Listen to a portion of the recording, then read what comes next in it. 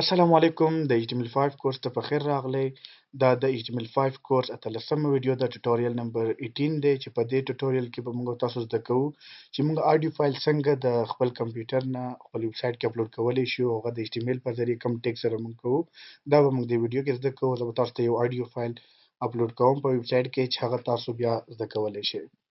هغې دپاره د HTML مین ټیګ چې کوم دی هغه آډیو دی. دا چې کله تاسو دلته ولیکئ د دننه به بیا یو بل ټیګ ولیکئ هغه سورس په نوم دی. چې کله سورس ولیکئ په دې کې یو دننه نور دوه اټریبیوټس دي ټایپ او SRC. SRC سره دا سورس دی چې په دې کې موږ د کوم فایل چې دغه پته ورکوو چې هغه ادرس ورکوو چې هغه کوم ځای کې دی په کمپیوټر کې. په ټایپ کې موږ لیکو چې کوم فایل دی او کوم فارمټ کې دی. ښه دلته موږ دا ولیکلو. اوس به دلته د سورس کې موږ راشو خپل ډیسکټاپ ته. د ټول کوډ چې کوم دی ما په ډیسکټاپ کې ثبت کړي دي. په ډیسکټاپ باندې کوډز فولډر کې مې ثبت کړي. د کوډز په نوم فولډر دی په هغې کې ما ثبت کړي دي. په هغې کې دننه ما بل فولډر اچولی د ایمیجز په نوم چې په دې ایمیجز کې ما سره د آډیو فایل دی. چې کله ستاسو فایل په ډیسکټاپ کې وي هغې کې ټول کوډز یو فولډر وي او هغې کې دننه تاسو د فولډر اچول د هغې پته ادرس به تاسو داسې لیکئ. د فولډر نوم دلته د ایمیجز بیک سلیش په واچوئ او بیا به د فایل نوم ولیکئ. فایل نوم څه شی دی؟ ډیمو. او د دې فارمټ چې شی دا ضروري ده باید تاسو زده کړئ. دا تاسو اول نه تاسو ته پته وي MP3 فارمټ دی. دلته ډیمو به ولیکئ ډاټ MP3 به ولیکئ. ټایپ کې به تاسو ولیکئ چې کوم فایل دی او کوم فارمټ کې. آډیو به ولیکئ آډیو فایل دی او MP3 فارمټ کې دی. چې دا تاسو ولیکئ دا به ثبت کې دی. نه علاوه یو بل اټریبیوټ دی چې هغه آډیو ټیګ کې به تاسو اچوئ هغه ضروري دی. هغې نه بغیر به ستاسو ویډیو مخته نه راځي یا آډیو یا ویډیو کلیپ به مخته نه راځي. هغه د کنټرولز په نوم کنټرولز څه کوي هغه به زه تاسو ته زده کوم. لږ صبر دا اول موږ د فایل رن کوو. دا تاسو رن کړئ آډیو په نوم فایل دی. په دې کې موږ د کوډ لیکلی دی. تاسو یې کتلی شئ دغه فایل مخته راغلو.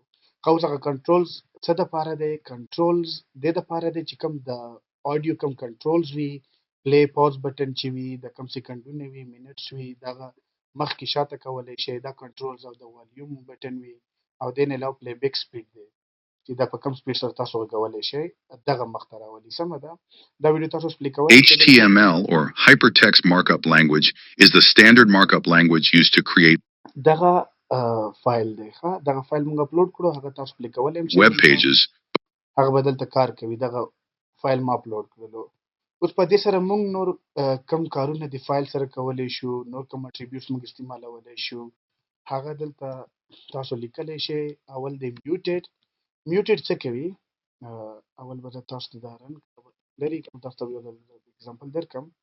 اوس تاسو کله دا ریفریش کړئ د دې ساوند چې کوم دی هغه خلاص دی. هغه میوټ نه دی بند نه دی. ډیفالت چې کوم ویلی وي هغه خلاص وي د دې ساوند. دا چې کله تاسو غواړئ دا بند وي. چې کله براوزر لوډ شي همیشه بند پکار هم وي ستاسو ویب سایټ کې چې ستاسو یوزر ډسټرب نه شي. دا اوس ریفریش کړئ. تاسو کتلی شئ د ساوند اوس وګورئ چې ما ریفریش کړو دا بند شو دا میوټډ شو. اوس تاسو پلی کړئ د دې ساوند به نه وي. دا وګورئ د دې ساوند نشته خو دلته تاسو خلاصول غواړئ دلته نه ساوند خلاصولی to create web pages by using دلته نه ساوند خلاصولی شئ. دې نه علاوه یو بل اټریبیوټ لري چې هغه لوپ په نوم دی. لوپ څه کوي؟ په ډیفالت چې کله دا ویډیو ختمه شي هغه به دوباره نه پلی کېږي. زه به دا یو ځل ختم کړم تاسو ته به دا اګزامپل درکړم. دا موږ ریفریش کړو. اوس دا چې کله ختم شي تاسو دلته ګورئ هغه به بند شي دوباره به نه پلی کېږي. دا به دوباره نه پلی کېږي. دا دی اوس ختم شو دا بند شو دوباره نه پلی کېږي. که تاسو غواړئ چې هغه هر دفعه هر ځل خپله دوباره پلی شي خپله کنټینیوس پلی شي څو پورې تاسو بند کړي نه وي هغې دپاره بل اټریبیوټ دی لوپ. دا چې ولیکئ دلته تاسو اوس دلته راشئ او دا اوس ریفریش کړئ. اوس زه دلته دا پلی کوم تاسو کتلی شئ. text markup language is the standard markup language, and it is created by a start tag, content, and end tag. HTML or hypertext تاسو وکتل دا خپله دوباره پلی شو دوباره سټارټ نه شو. تاسو بیا وګورئ دلته بیا یې اواز بند کړم. اوس 28 سیکنډه دی. تاسو ګورئ 3 ورځې هغه به سر نه شي بیا. دا لوپ کار دی. دا وګورئ تاسو د خپله دوباره سر نه شو. دلته بیا وګورئ تاسو دا به دوباره خپل نه سر نه کېږي. دا کتلی شي دا دوباره خپل نه بیا سر نه شي خپله بیا پلی شي.